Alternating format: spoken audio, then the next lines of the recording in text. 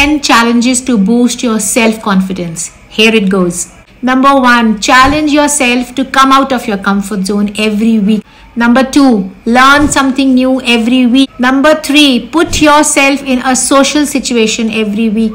Number 3, challenge your negative thoughts and your fears, face them and replace them with a nice positive self-talk. Number 5, try something new which you have never tried before. Number 6, set some weekly goals and reward yourself once you accomplish them. Number 7, do something which you have previously avoided due to fear. Number 8, try and talk to a stranger.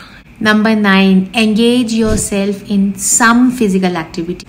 Last but not the least, number 10, say something good about yourself to yourself before going to bed. If you find even 2 things worthwhile, do comment me.